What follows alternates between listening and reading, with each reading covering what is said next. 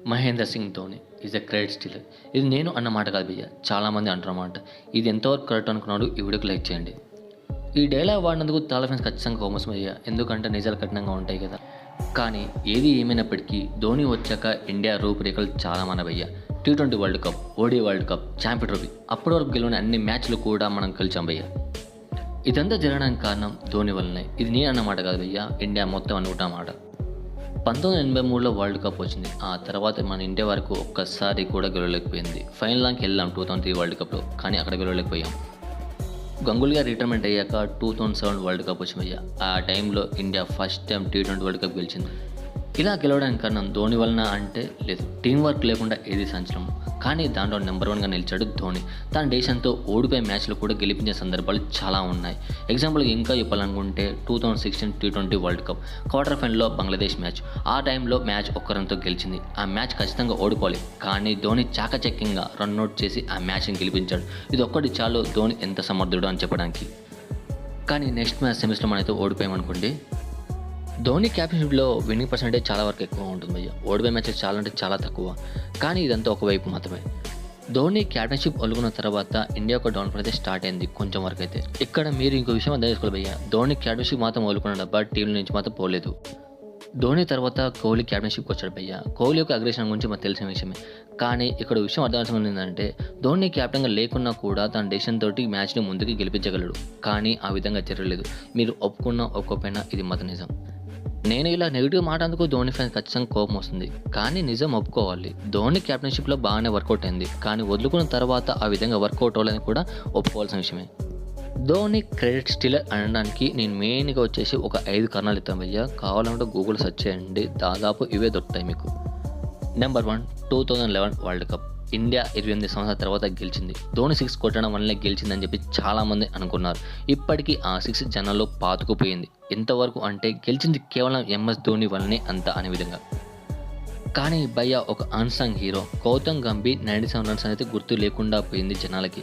Media మొత్తం ధోని వల్లనే cup వచ్చిందని చెప్పేసి తెగ హడావుడైతే చేశారు. ఓడిపోయే మ్యాచ్లో టాప్ ఆర్డర్ విఫలమైనా కూడా తన రన్స్ తోటి జట్టుని ముందుకు తీసుకొచ్చాడు భయ్య. కానీ ఇది మాత్రం ఎవరికి గుర్తు లేకుండా పోయింది.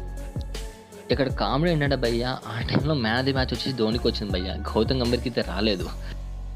Number 2, T20 2007 world cup. ఇక్కడ కూడా గౌతమ్ గంభీర్ కొట్టిన రన్స్ ఎవరు గుర్తులేదు భయ్య. యాక్చువల్లీ ఆ ఇన్నింగ్స్లో top order score Gautam Gambhir 75 runs. కానీ లాస్ట్ ఓవర్ ధోని రిస్క్ చేసి జోగిందర్ శర్మకి బౌలింగ్ ఇచ్చాడు. ఆ మ్యాచ్ మనం 5 రన్తో గెలిచాం. ఇక్కడ కూడా ధోని వల్లనే గెలిచా అని చెప్పేసి ట్వీట్ చేశారు మీడియా అంతా. Number 3, Yuvraj Singh career. Yuvraj Singh 2011 world కప్లో సెమీఫైనల్లో రక్తం కక్కుతూ కూడా దేశం కోసం ఆడిన ఒక యోధుడు. సెమీఫైనల్ గెలవడానికి కారణం కూడా యువరాజ్ సింగ్.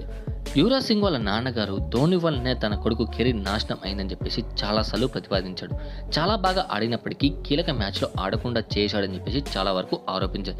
ఇది కేవలం తన స్వార్థం కోసం అని చెప్పేసి 2014 తర్వాత యువరాజ్ సింగ్ పెద్దగా మ్యాచ్ అయితే ఆడలేదు. Number 4, 2019 semifinal match India versus New Zealand. నిజం చెప్పాలంటే ఈ మ్యాచ్ గెలవాల్సింది. టు బి ఫ్రాంక్ చెప్పాలంటే ఆ టైంలో ఏదైనా స్ట్రాంగ్ టీం ఉందంటే అది మనది. కోహ్లీ క్యాప్టెన్షిప్ అప్పటి వరకు టాప్ ఆర్డర్ విఫలమైనా కూడా బట్ జడేజా మాత్రం ఒంటరిపోవడం చేస్తున్నారు. ఆ టైంలో ధోని దిగాడు భయ్య. యాక్చువల్లీ వన్డే మ్యాచ్ ఆడకుండా టెస్ట్ మ్యాచ్ ఆడమయ్యా. కావున చూడండి స్కోర్ చాలా అంటే చాలా దారుణంగా ఉంది. 70 బాల్స్ ఆడి కేవలం 50 రన్స్ చేశాడు. ఆ టైంలో తర్వాత రన్అట్ ఆడు భయ్య. అప్పటి వరకు బాల్స్ అన్నీ మింగి లాస్ట్లో హ్యాండ్ ఇచ్చాడు భయ్య. కావాలంటే ఒకసారి మ్యాచ్ చివరకు చూడండి రీప్లేలో. అంటే ధోని కొట్టింది కేవలం ఒక 6, 4 మాత్రమే. ఆ టైంలో న్యూజిలాండ్ టీం కూడా షాక్ అయింది. ఆ మ్యాచ్లో ధోని స్టంపింగ్, కీపింగ్ అన్ని దారుణంగా ఉంటుంది భయ్య. ధోనేనా ఇలా ఆడుతుందని చెప్పేసి అనుకున్నారు భయ్య. ఈ మ్యాచ్ గెలిచే కోహ్లీ క్యాప్టెన్షిప్లో కప్పు ఉంటుందని చెప్పేసి తను అనుకున్నాడేమో, నాకైతే అదే అనిపించింది.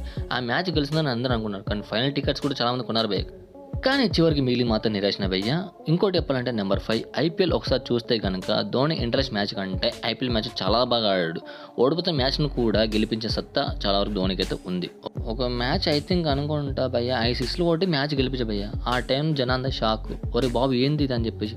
ఇదే పర్ఫార్మెన్స్ ఇంట్రెస్ట్ మ్యాచ్లో ఉందా లేదో ఒకసారి చెక్ చేయండి, మీకు విషయం అయితే అర్థమవుతుంది ధోని క్రేట్ స్టీలర్ కాదా అని చెప్పేసి. ఇంతే భయ్య, ఇంతకంటే ఎక్కువ ఏం చెప్పలేను. 5 కారణాలు చెప్పాను. మీకు ఇక్కడ దాకా వీడియో చూశారంటే మీకు వీడియో నచ్చింది అనుకుంటున్నాను. నచ్చిన వాళ్ళు వచ్చినైతే లైక్ ఇవ్వండి భయ్య, కుదిరితే షేర్ చేయండి, ఇంకా వీడితే హైప్ ఇవ్వండి భయ్య. అండ్ నెక్స్ట్ వీడియో కోసం వెయిట్ చేయండి. మీకు ఏ వీడియో కావాలో కింద కామెంట్ చేసి చెప్పండి. Thanks for watching. జై హింద్.